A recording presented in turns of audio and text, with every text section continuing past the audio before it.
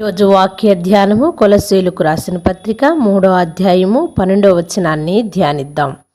కాగా దేవుని చేత ఏర్పరచబడిన వారును పరిశుద్ధులను ప్రియులైన వారికి తగినట్లు మీరు జాలిగల మనస్సును దయాలత్వమును వినయమును సాత్వికమును దీర్ఘశాంతమును ధరించుకొనుడి. ఆమేన్. మీరు దేవుని చేత ఏర్పరచబడిన వారై ఉన్నారు కాబట్టి మీరు వినయాన్ని కలిగి ఉండండి అంటున్నాడు. ప్రేమను కలిగి ఉండండి అంటున్నాడు. జాలి కలిగి ఉండండి, దయ కలిగి ఉండండి, సాత్వికము కలిగి ఉండండి, మరి ఓర్పు కలిగి ఉండండి కూడా అని చెప్తూ ఉన్నాడు. ప్రియ సహోదరుడా సహోదరి, మరి ఓర్పు కలిగి ఉన్నట్లయితే నీవు ఎదుటివారిని క్షమించగలుగుతావు. నీవు క్షమించే మనస్సు ఎక్కడి నుంచి వస్తుందంట? ఓర్పు ద్వారా. ఆ ఓర్పు ద్వారా నీవు వారిని ప్రేమించగలుగుతావు. నీవు వారితో పరిపూర్ణంగా ఐక్యత కలిగి ఉండగలుగుతావు. మీ హృదయములో దేవుని శాంతిని ఉంచండి అని దేవుని వాక్యం సెలవిస్తుంది. ఆయన ఏ విధంగా పిలిచాడో ఆ పిలుపుకు తగినట్టుగా మీరు జీవించండి అని కూడా మరి ఈ వచనాలు తెలియచేస్తున్నాయి. యేసుక్రీస్తు వారు ఎంతో జ్ఞానముతోనూ ప్రేమతోనూ మరి ఎంతగానో ఆయన త్యాగముతో మన పక్షాన నిలబడి ఉన్నాడు. అందుకని ఒక చిన్న ఉదాహరణ మనము తెలుసుకుందాం.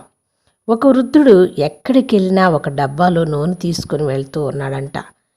వెళుతూ ఆయన ఎక్కడైనా ఒక తలుపు కిర్రు కిర్రుమంటూ అది గట్టిగా పడుతూ ఉన్నప్పుడు అక్కడ నూనెను వేస్తూ ఉన్నాడంట.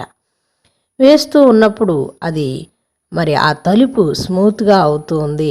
ఆ యొక్క ద్వారము చక్కగా పడుతూ ఉంది. తనకి అసౌకర్యం కలిగించినప్పటికీ మరొకరు వచ్చేవారికి సౌకర్యవంతంగా ఉండడానికి ఆయన ఎక్కడికి వెళ్ళినా ఆ డబ్బాలో నూనె అయిపోయినా మళ్ళీ నింపుకొని వెళుతూ ఉన్నాడంట. అలా చేస్తూ ఉన్నప్పుడు అనేక మంది ఆయన్ని చూచి నవ్వారంట. అయినప్పటికీ కూడా ప్రతిరోజు అలాంటి మాటలు ఎదురవుతున్నప్పటికీ కూడా ఆయన చిరాకు పడకోకుండా ఆయన పనిని ఆయన కొనసాగిస్తూనే ఉన్నాడంట. ఆయన సాత్వికముతో వివేచనతో ఆ నూనె అవసరమని తీసుకుని వెళుతూ ఉన్నాడు.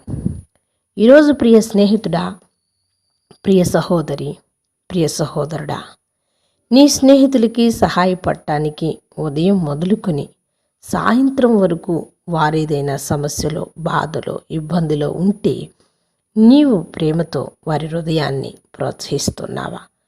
వారికి ఆదరణ కలిగే మాటలు నీవు మాట్లాడుతున్నావా? వారిని ఆదరించే విధంగా నీవు ఐక్యత కలిగి ఉన్నావా? నీ జీవిత గమనంలో ఎంతో మంది నీకు అలా ఎదురై ఉంటారు. ఎప్పుడైనా ఓదార్చే మాటలు నీవు మాట్లాడావా? మాట్లాడుతున్నావా? వారికి నీవు సహాయపడుతున్నావా లేదా? ఒక్కసారి నీవు పరీక్షించుకోవాలి.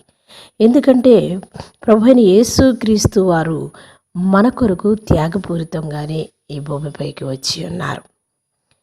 మరి కష్టాల్లో బాధలో అనేకమైన ఇబ్బందుల్లో అనేకమైన సంఘర్షణలో అనేకమైన వేదనలో ఉన్నప్పుడు మరి నీవు ఒక రక్షకుని యొక్క బిడ్డగా కుమార్తెగా కుమారుడివిగా నీవు దేవుని ఏర్పరచుకున్న విడవగా వారి హృదయానికి నీవు వాత్సల్యాన్ని ప్రేమను చూపిస్తున్నావా? దిగులుగా ఉన్న వ్యక్తితో నీవు ఒక్క ఆదరణ మాటను పలికి వారి హృదయములో సూర్యోదయాన్ని ఉదయింపు చేసినట్టుగా నీవు మాట్లాడుతున్నావా లేదా? ఒకసారి నీవు పరిశీలించుకో.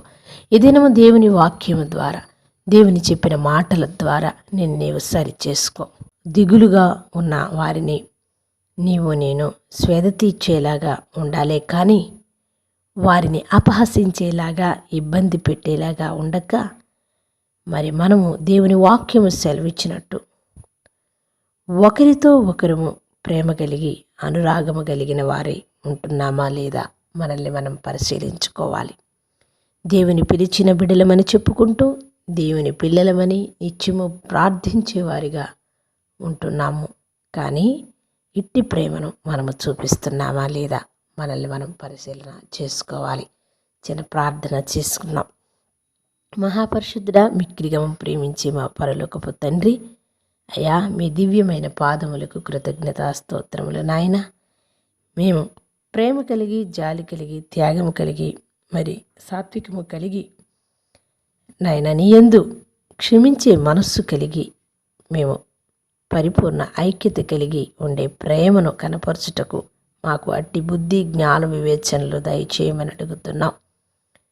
దేవుడు మమ్మల్ని ఎన్నుకొన్నాడని నమ్మి విశ్వసించి ప్రార్థిస్తున్న ప్రతి ఒక్కరూ కూడా నాయన ఇట్టి ప్రేమను, ఇట్టి త్యాగాన్ని, ఇట్టి దయ్యను, ఇట్టి కనికరమును, ఇట్టి సహోదర ప్రేమను, ఇట్టి అనురాగమును కలిగి ఉండుటకు నాయన నీవు సహాయము చేయమని మా ప్రభువును, మీ ప్రియ కుమారుడు, రాజు రక్షకుడైన యేసుక్రీస్తు నామమున ప్రార్థిస్తున్నాం తండ్రి. ఆమేన్.